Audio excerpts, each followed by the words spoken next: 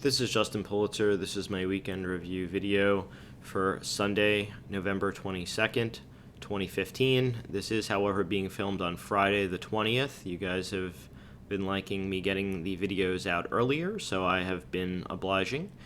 Anyhow, let's start with the 6 market keys. We have quite a lot of stuff to get through, so let's just plod right through. You can see we looked up into the 20s in terms of volatility, came back down. We are now kind of getting into the lower end of the range. I would say now is probably more the time to be a premium buyer than a premium seller, and it's getting cheaper to hedge or even if just to play absolute directionally.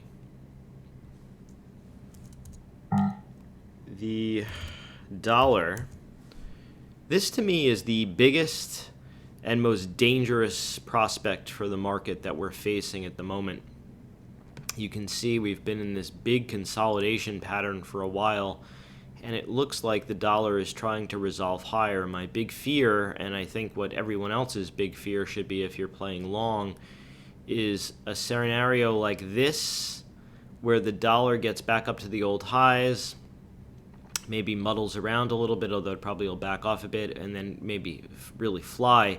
You know, the Fed has been talking about rate hikes, and if they do hike interest rates, this scenario could be very likely where the dollar gets very strong.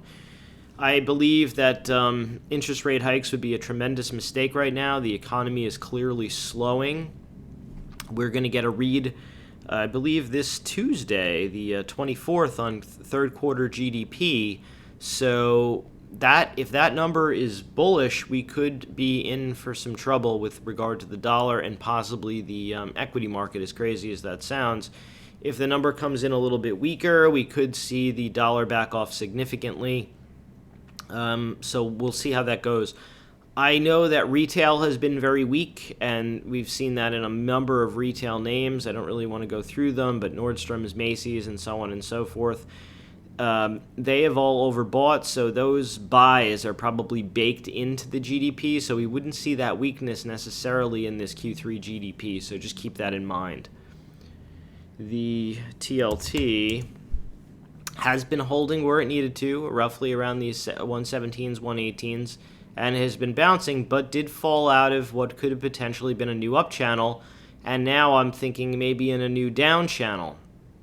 If that's the case, that would be consistent with interest rates rising. That would not be good for the equity market. If we can punch through here and start getting some Momo, that would be very good for the stock market.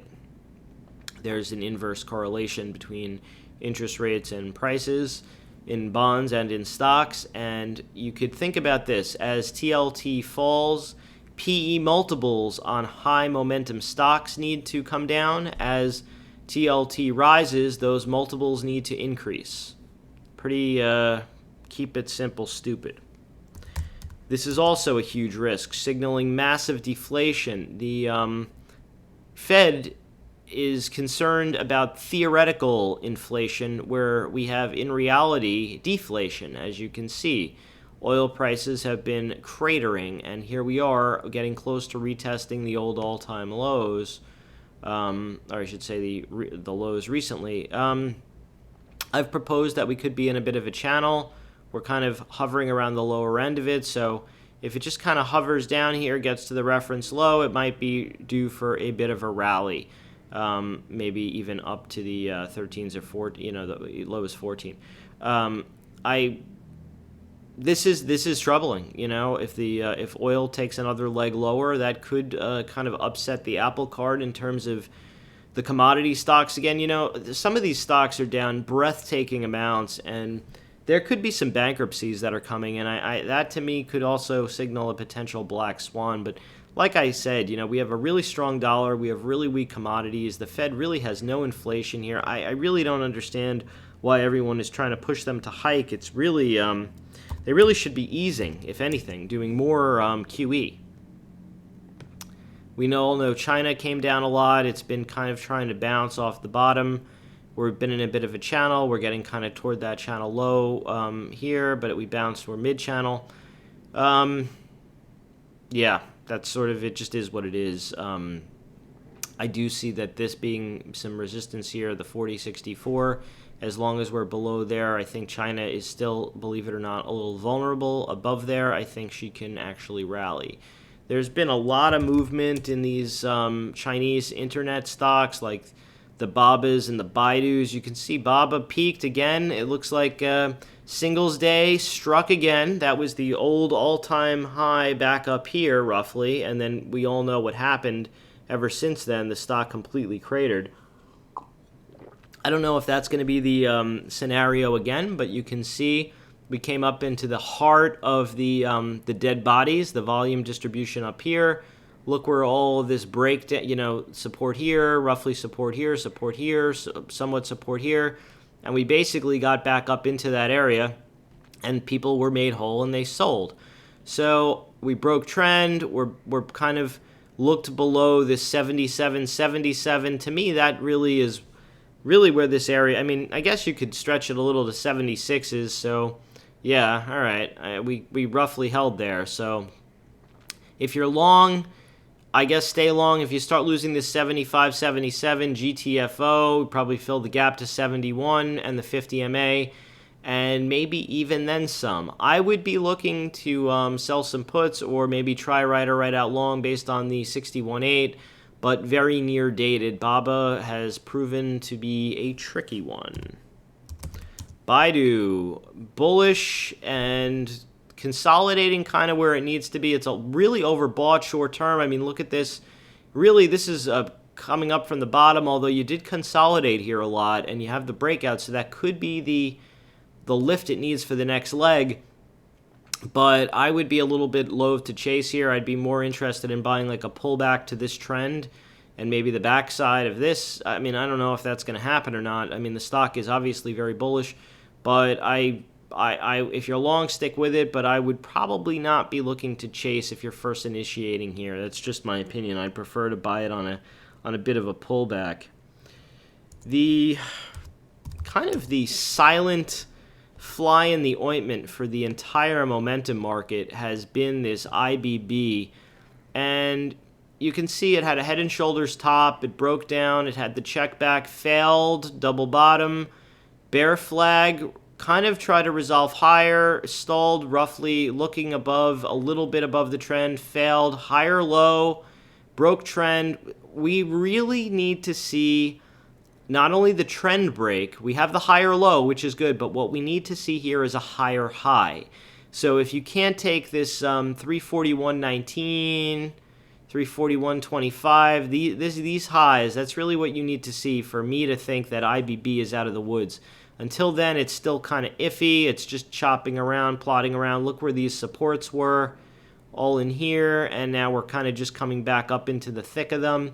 So to me, it is still a little bit weak, and I would change my tune and start getting more bullish if we can take those highs. That's my story with IBB. I'm sticking to it. Gilead is sort of the best of breed, although even this is sort of a bit of a descending wedge. You can see we kind of looked below trend. Here we kind of got a little bit below. Now we got back above. We retested. We're chopping. I think the problem for this has been that these stocks there's a lot of fear that they're going to have to cut prices or have price caps. So let's see what happens with this. They have earnings coming up. What I love to see, and this got muffed a little bit for these earnings, were I'd like to see it weak like it was here. And then I was thinking long for earnings, but they had that information here that came out about AbbVie, and it rallied the stock ahead of time, and it ruined the play for the earnings. So it's just been chopping. I mean, I don't really see any edge in this chart right now. Maybe it's an inverse head and shoulders of sorts. If you use this as the left shoulder, the head, the right shoulder. If you can clear these highs, I think you'd probably see the channel low, and even that could fill up pretty quickly. The stock is relatively cheap on a PE multiple basis. They are the best in breed. Their Harmony sales are good. They have a lot of really good stuff going for them. I am a fan of the stock longer term, but short term, we really got to get through this, this potential for new regulations. So it could be a little bit precarious. I am very, very cautious with this entire group. Valiant. So we all know what's going on with this stock. Head and shoulders top, broke down, complete collapse. A lot of hedge funds are pretty buried in this. It hit trend, bounced, hit trend again, broke trend, and now we're retesting right on the downtrend. So this is really like a right or right out short. If it accepts, maybe the worst of this is over. It really should be. But if not, if we fail here and come back down, the stock could have another leg lower. I know that left guy was saying, from Citron, was saying the stock is worth $50. The 100% retracement is 42.70, 42.47. 50 is roughly it's not that far away. So we'll see what happens. I'm a little bit skeptical on this stock. We'll have to see what happens. The key low here was 88.5. Today's close was 91, so that's good. The fact that it's kind of above there, but as you can see, it's a really precarious situation. I like it for right or right out short based against this trend line. Have to zoom in to get a little bit closer. So there could be a smidgen more. Maybe it wants to even rally up to here, to this volume distribution, but somewhere up in here in the hundreds. I think Bill Ackman, his buy, his statement buy this day was like $108. So I think 108 might be a near-term top. Let's see how that goes. I tend to try to avoid these train wrecks, but they are what they are. SPY. All right, so let's not BS each other. This has been a really whippy tape. You can see we had been in a up channel for a while. We wound up, kind of grinding sideways.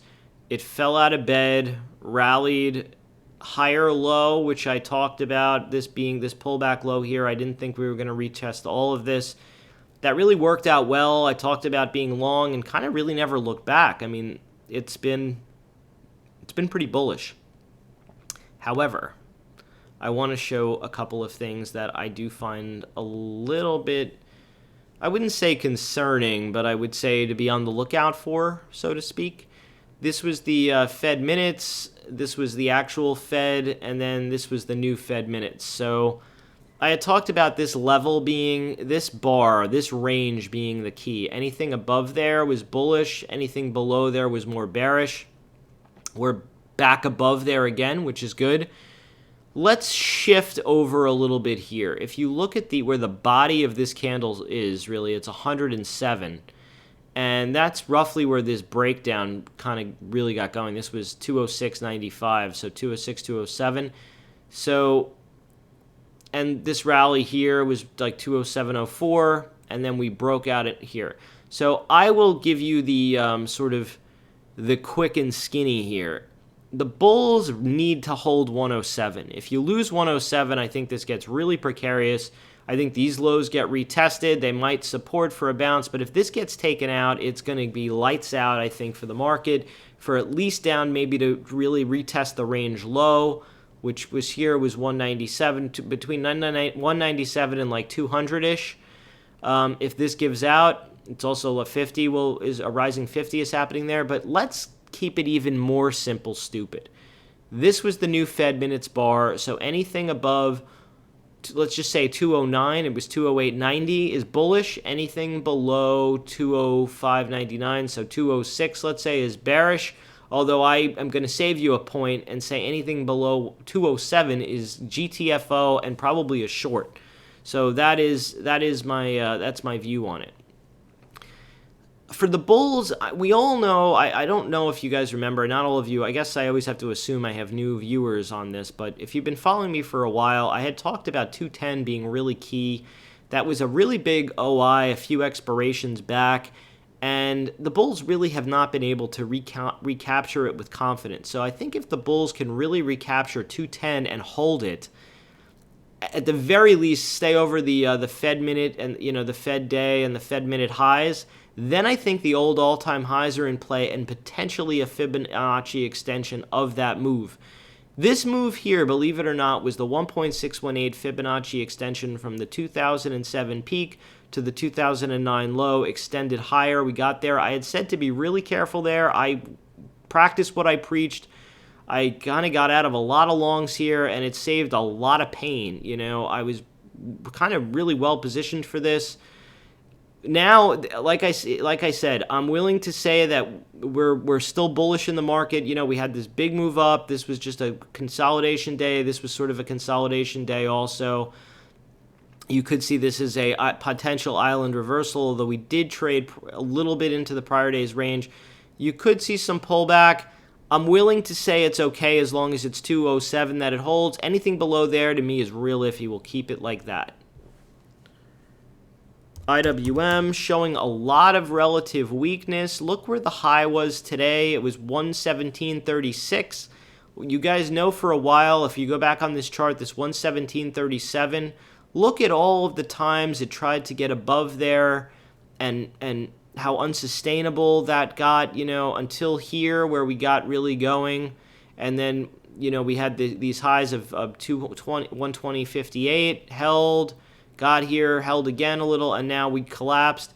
So you can see any move above 117.37 again has been a little bit hard to sustain. Anything below there to me is still a little vulnerable. This is a bit of a bear flag consolidation pattern, which if this gives could drag down the rest of the tape. However, if this does resolve to the upside, that could fuel a pretty strong move higher. Believe it or not, as crazy as this sounds, a strong dollar, if the Fed did hike, would be good for the IWM, in my opinion, because most of those are not international companies. They are domestic. They're smaller domestic companies, and their earnings would be less compromised than international stocks with regard to earnings expectations and estimates. So there could be a flight into these types of stocks from the kind of the big caps. So the belle of the ball has been the Qs. We all know this, the FANG stocks, so to speak. So the pullback here was really not that much. We never, ever, even, I guess you can say here we broke the range and we spent a little bit of time below there, but this really has held for the most part, and look where we are. I mean, we're basically above the old high still here today.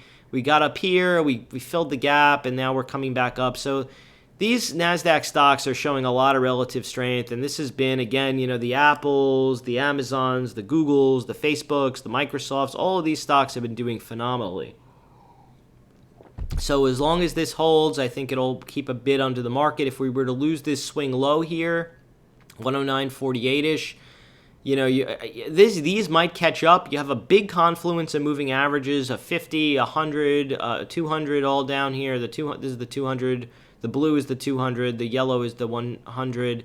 And the red is the 50. So that's a lot of moving average support. So I think it's going to be tough for them to really get these NASDAQ stocks down in any real fashion anytime soon, as long as these stocks are holding up.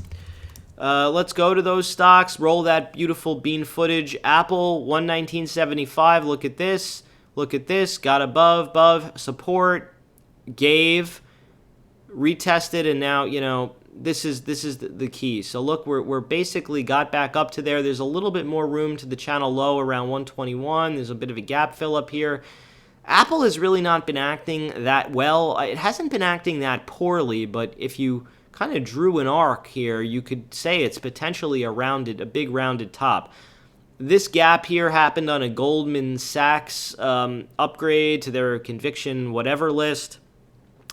Those to me are usually fades, although this has gotten back up to here. So this is really the kind of the Mason-Dixon line as far as I'm concerned. This 119.75. Anything above there, I'll stay as still bullish. Anything below there to me is a little iffy. But look, I mean, if Apple spiked, you have a 200-day moving average and a downtrend line with near some reference highs, it actually might set up as better of a right or right out short. Look where these lows here are around 121s, and these are around, I mean, this is around 123, but you have some key reference lows here. Look at where these bars are around that area. So I would be looking for a right or right out short there. If that doesn't work for a rollover and it accepts higher, then probably play long because there is a big gap to fill up here at 130. Amazon. So Amazon has been really, really bullish. We know that the pain in retail, I believe, I think this is kind of consensus at this point. It has been coming from Amazon, but what I think has been keeping the bid under here, you kind of fell apart, then it rallied back up off the 20, which is really bullish, and you're really just consolidating. You got the 1.618 fib extension. It had gotten a little bit higher. It was due for a pullback. You never even retested the 619s. But anyway, regardless, I think what's holding this up is the fact that people, I know even for myself, are afraid of terrorism here. Big malls, big public places after what happened in Paris. You shop on Amazon, you're not, going to get yourself blown up with your iPhone sitting in your living room. I will tell you this also anecdotally. I was out last week. I was looking to buy a pair of rain shoes, actually, and I went into a store. I tried them on. They had my size and everything. They were $95. I went on Amazon. They were $75. I asked the store owner if they would match the price. They said no, and before I even had left the store, the shoes were ordered on Amazon. So that shoe store was showroomed for Amazon. Whether it's worth almost 1,000 PE here, I can't tell you, but I can tell you technically the stock still has a decent pattern, and it is still by the dips. If you can get something off like the 50-day moving average, like if there's some type of a sharp pullback like you had here, it would, to me, set up as a great buy, particularly if it's around the breakout here, these highs here. This was 580.57, and this was, so let's just say 580. Around that area, somewhere between 580 and this 563, I'd be a put seller into there, particularly if the break is sharp. I don't necessarily know that that's going to happen. This looks like it wants to push higher, but if you did get something like that on some type of a market event, that would be a good right out buy near term. Ambarella, this is a big decision here. This was really where the run took off from. We got back down there. Held now kind of with a bit of a higher low, trying to form a bit of a base. It is still in the downtrend and below really this kind of distribution node. I've really been looking to more, believe it or not, I hated this stock. I hated it at 110. I talked about this as a short and talked about playing it. I talked about the 96 as being a short and playing it, and that has worked out really well. However, now I can't be as bearish getting down here. I just don't know if we are kind of done or if we're rallying ahead of the quarter and then we're going to get the final kaboom axe. 36.49. Look at this. This was really the major breakout for this stock. It's also primary trend down here. I would be an interested buyer or at least a put seller if it came down here. So this could set up for a right out short here. If you're a long, you might want to be look to take some profits. It's getting a little, rallying into the print before multiple days after a big decline to me is usually a little bit iffy. However, this stock may just be done. It's a big question of whether it's got one more to go or if it's done here. I don't know the answer to that. I will tell you, though, I just know that there's a good right out short setup here or a long setup if it goes here. If this right out short doesn't work, you probably have a long because there's a lot of room to catch up. There's probably some fib extensions. If that happens, I'll post it on the stream. We all know that a lot of AMBA's problems have stemmed from this piece of you-know-what.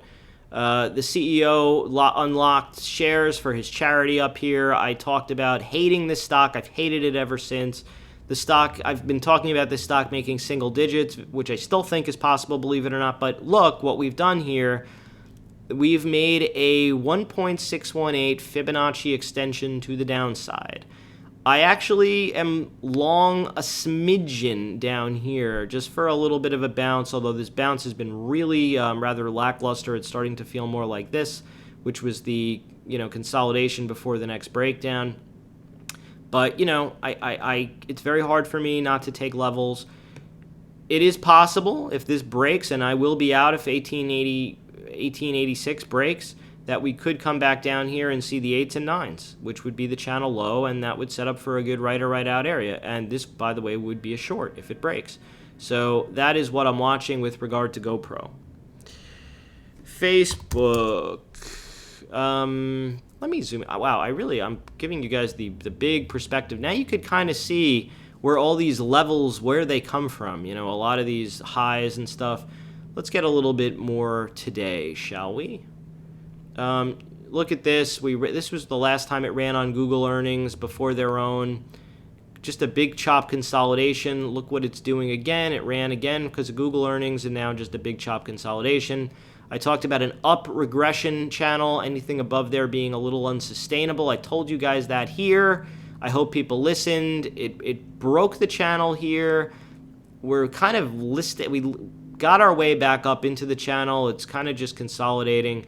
My fear is something like this, a bit of a larger break again, but it's also possible that we go higher. Longer term, I think Facebook, I've said, can double from here. I don't know what the time frame is to do that, but their earnings have been really fantastic. The only fly in the ointment, what I would say, is that the weakness in Twitter has caused a lot of these unicorn stocks like the Snapchats and the Squares to come at, they're going to have to come public at lower valuations. And that slightly diminishes the Instagram valuation. Zuck only paid $1 billion. It's still like worth 20 times or whatever he paid for it. So it's still an amazing, it was a steal. They have mobile payment. They're dominating in mobile. Besides Google, they're the only ones really soaking up a lot of the market for the online and mobile ad revenues. All things are go at Facebook. It's really doing well. I'm just a little worried that the stochastics here could roll over and the stock could have a correction like it has in the past. It will be one to buy, but, the first point would be 99.24 and potentially some of these fib levels, 93s, maybe 86s if this really kind of fell out of bed. I don't know that that's going to happen. You could have one of these scenarios. But for now, I think it's by the dips. The puts are really cheap in there. If you're long and nervous, just buy some to hedge. Or if you want to play a downside play, that's a really good way to do it, I think, too. That's all my opinion. So that's Facebook. Google. Also soaking up the ad dollars, probably benefiting from some of the same trends that Amazon is. Very similar chart pattern, actually, and you can see we're in an uptrend with a big up. Let's keep it. We're in an up channel within the up channel, and an uptrend within the up channel that's in the up channel. Wow, that was kind of confusing, but the point is it's bullish. My only concern is that we are getting into channel highs. So there might be another pop. Maybe it gets close to 800 or into 800s. I would probably be looking to let some go and then, kind of maybe buy the dip. We've had plenty of instances of down moves in Google. So I would be, I think, higher, before a little bit lower, if that makes sense. Netflix. So this has been a really, really choppy pattern. It was in a bit of a declining channel. It's now in an up channel. You can see, though, this high, we are up to near the highs, reference highs up here, sort of the end of a volume distribution. It's up a lot of days in a row. I drew in a potential scenario of a pullback to retest the breakout point here in the 115s and then go to make the old all-time high. It wouldn't surprise me, though, if this channel doesn't respect and we just go straight up to the old high. That's also possible. For those who aren't in it, though, this to me would be your best bet if you want to kind of get a piece of that action. Maybe play put ratios to get long down here or just wait for the stock and then play long.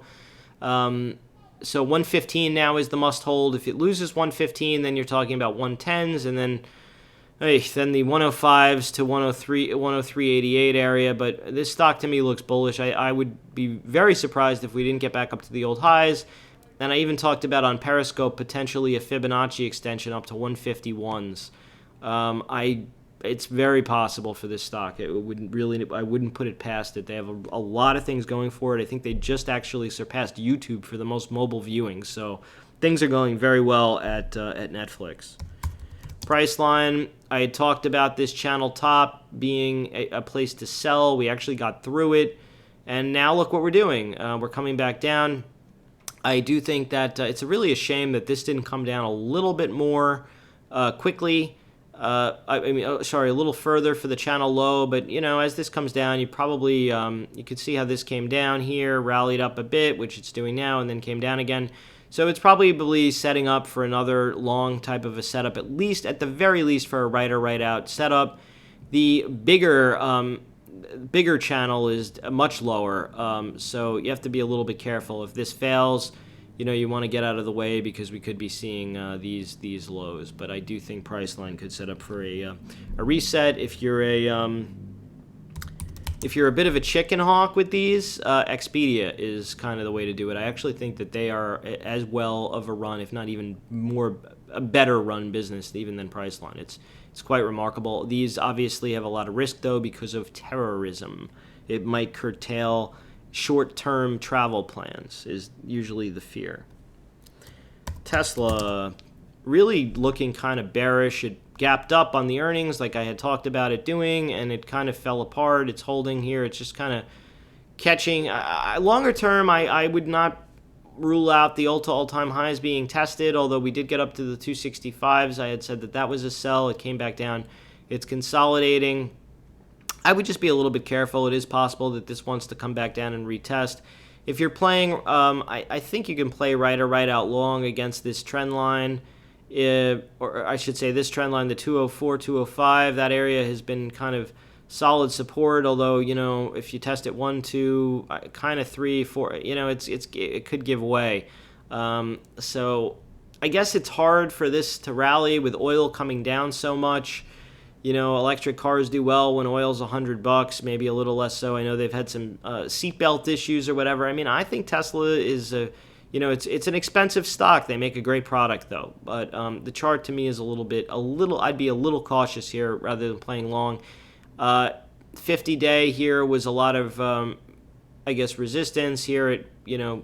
It's been resistance for a while, so below the 50 to me is a little bit iffy. Just let's keep it simple like that. Let's get into some of the Kung Fu stocks. I promised you guys a Kung Fu lesson, and here is one of them. So let's start with Chipotle. Let me put this on a bit of a longer time frame so I can show you what I'm thinking. So look at this channel this stock had been in for a while. It kind of didn't get up to the end part of the channel this time. It fell down, it consolidated, and then kind of tried to rally, consolidate, and then broke.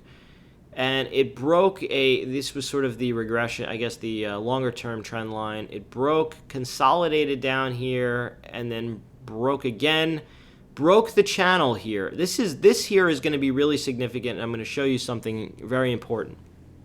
Broke the channel, made a hammer low here near some reference lows down here, and then rallied back up to basically to the channel high, and then completely fell apart. I mean, you'd had a bit of a respite here. I guess it got some reference levels here. It bounced off the 61.8 fib. You got a really strong bounce there, and then this was all negated with today's action.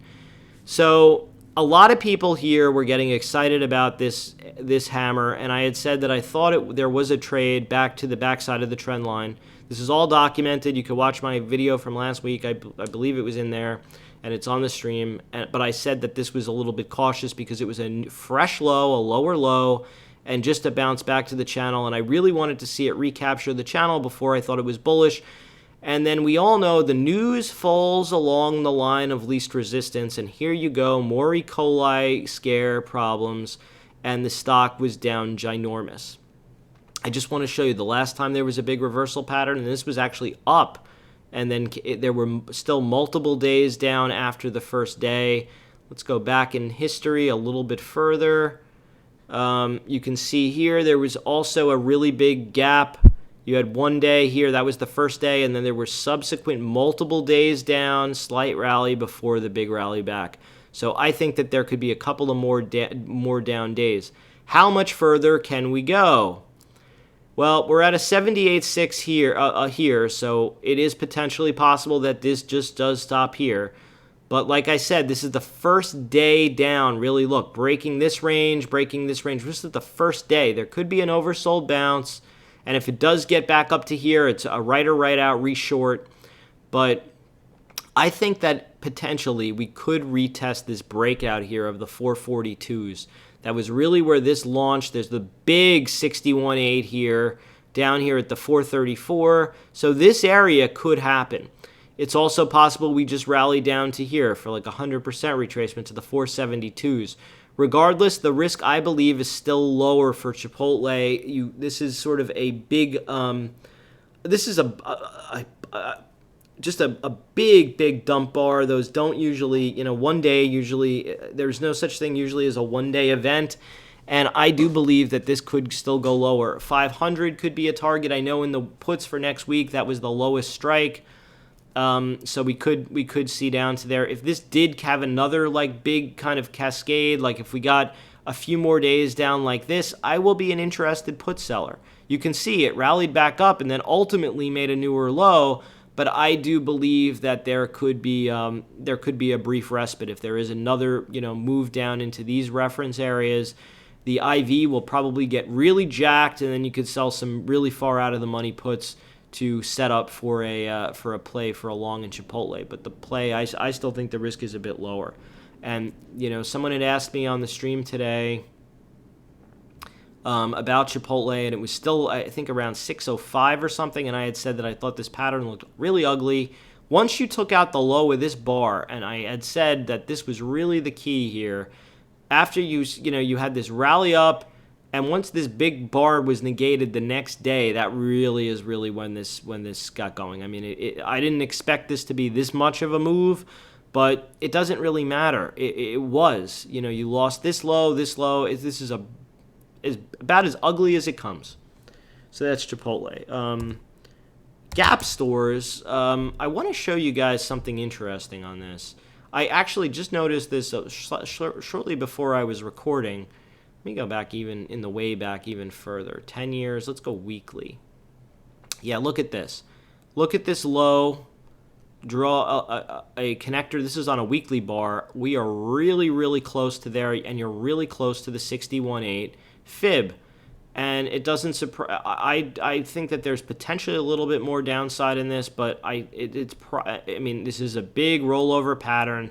But it's possible that it's come a little bit too fast, and it could set up for a potential long. Look what happened here. We stopped just shy of it, and you had a bit of a gap today. I don't know if I would consider this a professional gap because it's not enough of shock and awe, so to speak.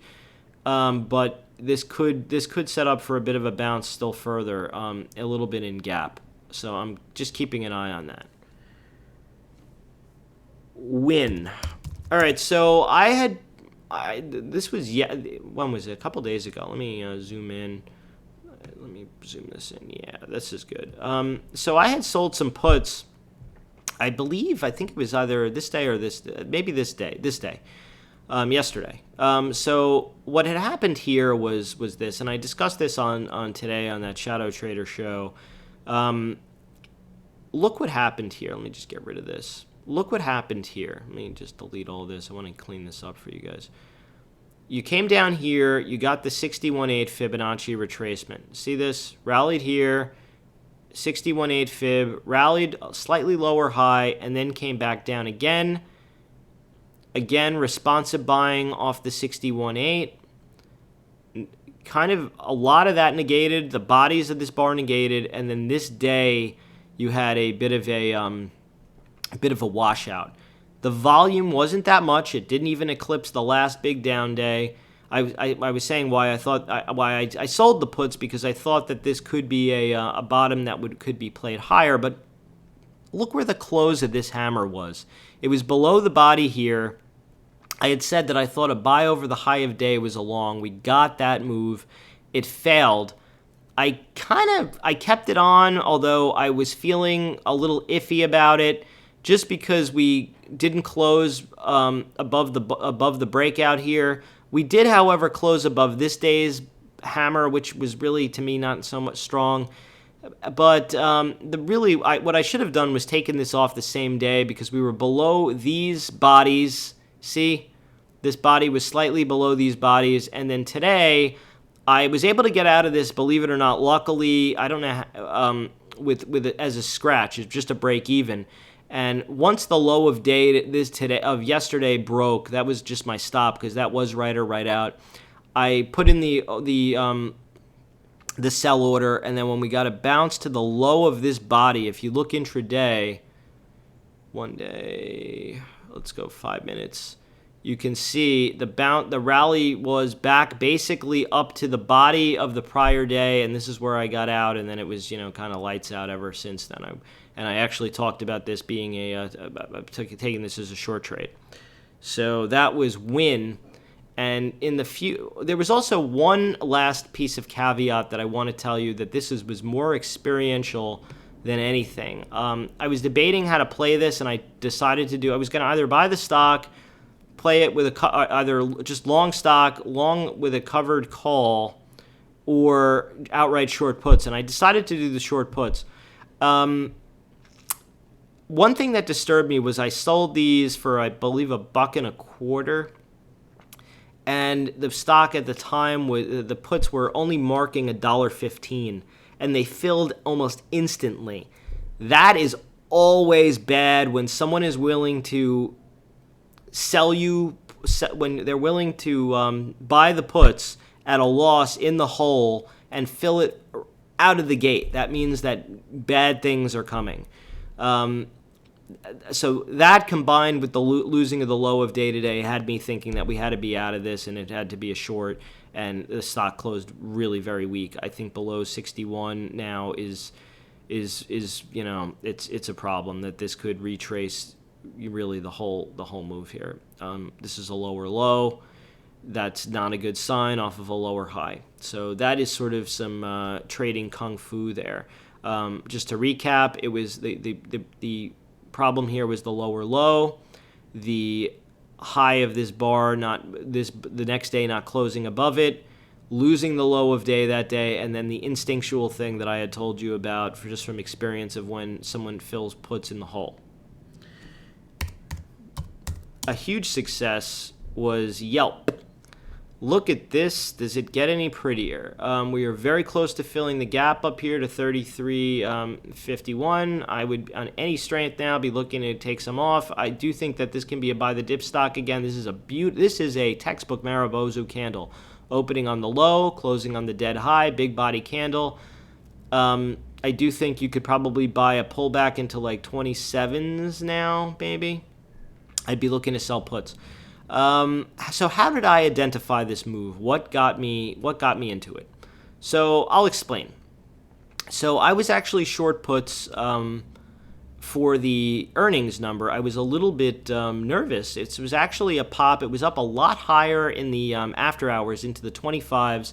Opened weak and kind of closed weak, but the IV drained out enough of these that I was able to understand. They basically zeroed. They were like next day expiration or something.